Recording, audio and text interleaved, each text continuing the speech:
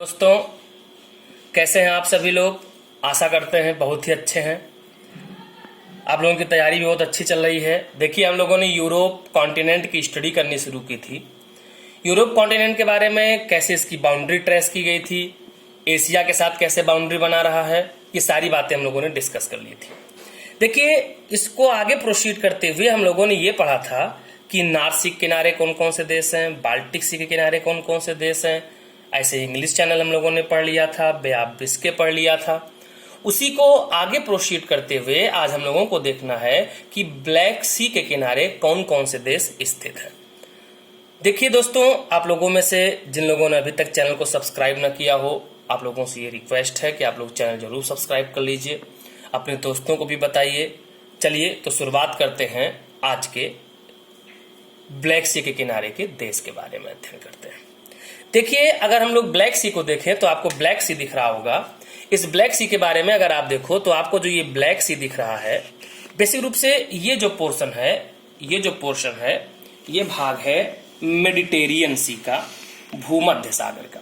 भूमध्य सागर के जब पूरब की तरफ हम पहुंचेंगे और पूरब से अगर नॉर्थ ईस्ट की तरफ चले जाएं तो ये है एजियन सागर। कौन सागर है ये? एजियन सागर। और इस एजियन सागर से अगर हम आगे बढ़ें तो ये है मरमरा। हम सब लोगों ने पढ़ा है कि एजियन और मरमरा को आपस में कौन सी जल संधि जोड़ती है, तो इसको जोड़ने वाली स्ट्रेट है डार्डिनेल्स स्ट्रेट। यानी डार्डिनेल्स जल संधि किस किस को जोड़ देती है? एजियन और मरमरा को। देखो, ये जो देश है ये देश है टर्की, और इधर भी ये टर्की वाला पोर्शन हो गया। तो मरमरा सागर बेसिक रूप से टर्की के मध्य में ही स्थित है। लेकिन मरमरा सी ब्लैक सी से जुड़ा हुआ है किस जल संधि के द्वारा? तो बास्पोरस जल संधि के द्वारा। किसके द्वारा जुड़ा हुआ है? बास्पोरस जल संधि के द्वारा जुड़ा हुआ है। उसके बाद अगर आगे बढ़े हम लोग तो ये आपको दिख रहा होगा एजो सागर। कौन सागर दिख रहा है?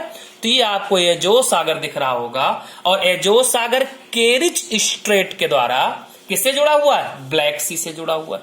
तो अब अगर हम इस ब्लैक सी के किनारे के देशों को देखना शुरू करें तो इसमें अगर आप देखोगे तो आपको ये दिख रहा होगा। देखो, ये दिख गया आपको टर्की। टर्की के बाद आप देखो ये आपको लिखा दिख रहा होगा बुल्गारिया।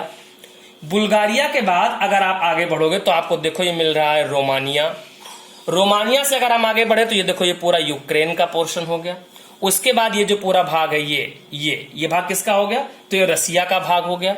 और यहां पर एक देश है, उस देश का नाम है जॉर्जिया। क्या नाम है यहां पर जो देश है उस देश का नाम है जॉर्जिया नाम है। क्लियर, समझ में आया है? देखिए, तो ये देखिए आपको पूरा दिख गया होगा। ये पूरा पोर्शन हो गया टर्की का।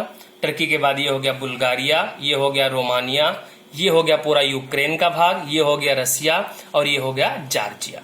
तो ये सारे देश हो गए ब्लैक सी के किनारे स्थित देश। इतना बात समझ में आया? अब चलिए देखते हैं कि बाल्टिक कंट्री किसको कहते हैं। देखो, पिछली क्लास में हम लोगों ने ये पढ़ा था कि बाल्टिक सी के किनारे के देश तो हम लोगों ने देख लिया था, लेकिन बाल्टिक कंट्री किसको कहते हैं?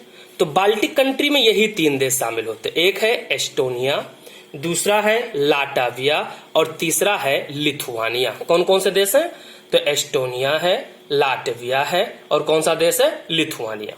इनको कहा जाता है बाल्टिक कंट्री। क्या कहा जाता है? बाल्टिक कंट्री कहा जाता है।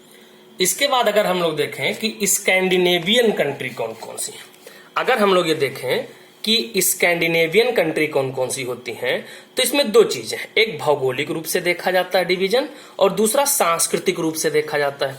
तो पहले हम आपको भौगोलिक रूप से डिवीजन बताते हैं। देखो, भौगोलिक रूप में ये जो पूरा पोर्शन आपको साहब दिख रहा है, ये है स्कैंडिनेवियन हाईलैंड। ये स्कैंडिनेवियन का क्षेत्र है। और इसमें अगर हम लोग देखें तो ये आपको देश एकदम क्लियर दिख रहा होगा साहब, ये है नॉर्वे।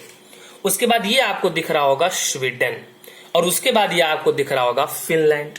यानी ज्योग्राफिकल आधार पर स्कैंडिनेवियन में 3 ही कंट्री माने जाते हैं, नॉर्वे, स्वीडन और फिनलैंड।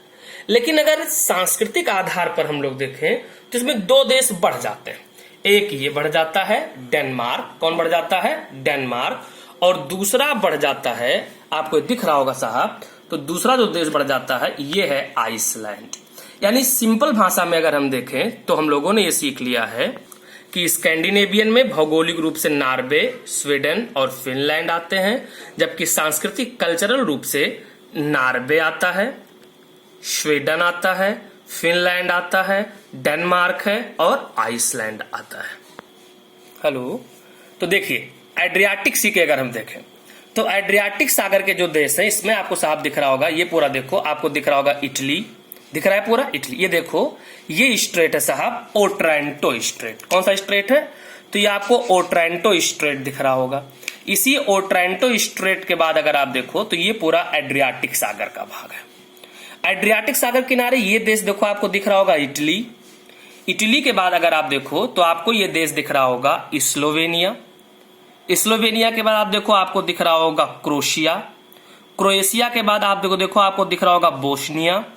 बोस्निया के बाद देखो आपको दिख रहा होगा मॉन्टीनिग्रो, और मॉन्टीनिग्रो के बाद देखो आपको दिख रहा होगा अल्बानिया। एक बार फिर से क्लियर कीजिए, ये देखो ओट्रांटो के बाद ये पूरा कौन हो गया? एड्रियाटिक। ये देखो देश कौन सा हो गया? इटली। इटली के बाद स्लोवेनिया, स्लोवेनिया के बाद क्रोएशिया, क्रोएशिया के बाद बोस्निया, बोस्निया के बाद मॉन्टीनिग्रो, और मॉन्टीनिग्रो के बाद कौन सा देश हो गया? अल्बानिया। एक सबसे इंपॉर्टेंट फैक्ट इसमें यहां ये है कि ये जो आपको पो नदी दिख रही है साहब, ये पो नदी आल्प्स के माउंट ब्लांक से आती है और आकर के एड्रियाटिक में गिरती है। इसी पो के माउथ पर वेनिस शहर है, और इसी वेनिस शहर को हम लोग एड्रियाटिक सागर की रानी के नाम से जानते हैं। और ये क्वेश्चन आपके एग्जाम में पूछा जा चुका है। इतनी बात समझ में आ गई एकदम। इसके बाद हम लोग देखते हैं कि यूरोप में बाल्कन कंट्री किसको कहा जाता है, बाल्कन देश किसको कहते हैं। तो अगर हम लोग बाल्कन देश की बात करें तो इसमें जो बाल्कन पेनिनसुला प्रदेश आते हैं वो सारे के सारे, तो जो ये बाल्कन के कंट्री हैं इसमें देखिए ये पूरा का पूरा क्षेत्र जो आपको साफ दिख रहा होगा मैप में, इसे पूरा आप देखो, इसको कहते हैं बाल्कन पेनिनसुला। इसमें आपको सिंपल सिंपल देश देखो, आपको ये दिख रहा होगा, यहां देखिए साहब, Slovenia, Croatia, Bosnia, Montenegro, Albania, Greece, Macedonia, Kosovo, Serbia, Romania और बुल्गारिया। और बेसिक रूप से अगर देखा जाए तो टर्की भी इसका भाग है, लेकिन चूंकि थोड़ा सा भाग यहां है तो ये पूरा का पूरा पोर्शन किस कौन सा हो गया? बाल्कन कंट्री का हो गया। ये बात समझ पाए कि नहीं समझ पाए? देखिए Serbia, Montenegro, Bulgaria, Romania, Albania, Greece, Slovenia, Croatia, Bosnia, Macedonia और कोसोवो। इतनी बात समझ में आई? एकदम क्लियर। आप देखिए, तो देखिए यूरोप में हम लोगों ने ये देखा जिब्राल्टर जल संधि। सर जल संधि एक बार आपको फटाफट बता देते हैं। जिब्राल्टर, ये हो गया अटलांटिक और ये हो गया मेडिटेरियन। उसके बाद हम लोग आगे बढ़े तो इसके बाद हम लोगों को मिलती है ये जो स्ट्रेट है, ये स्ट्रेट हो गई डोबर स्ट्रेट। डोबर स्ट्रेट में आपको दिखा ये इंग्लिश चैनल और ये नॉर्थ सी। क्लियर एकदम। इसके बाद अगर हम लोग देखें तो ये आपको दिख रही होगी कारा स्ट्रेट, ये आर्कटिक ओशन में स्थित है। किस में स्थित है? आर्कटिक ओशन में स्थित है। उसके बाद ये आपको दिख रही होगी केरिच, अभी हम लोगों ने डिस्कस किया है। ये आपको दिख रही है बास्पोरस स्ट्रेट। उसके बाद आपको ये दिख रही है डार्डिनेल्स स्ट्रेट। तो इसके बाद जो कंट्री है इसके खास खास वो हम लोग आगे फिर से डिस्कस करेंगे, अगली वीडियो में आपको मिलेगा साहब। आज यहीं तक, बहुत बहुत धन्यवाद, थैंक यू, जय हिंद।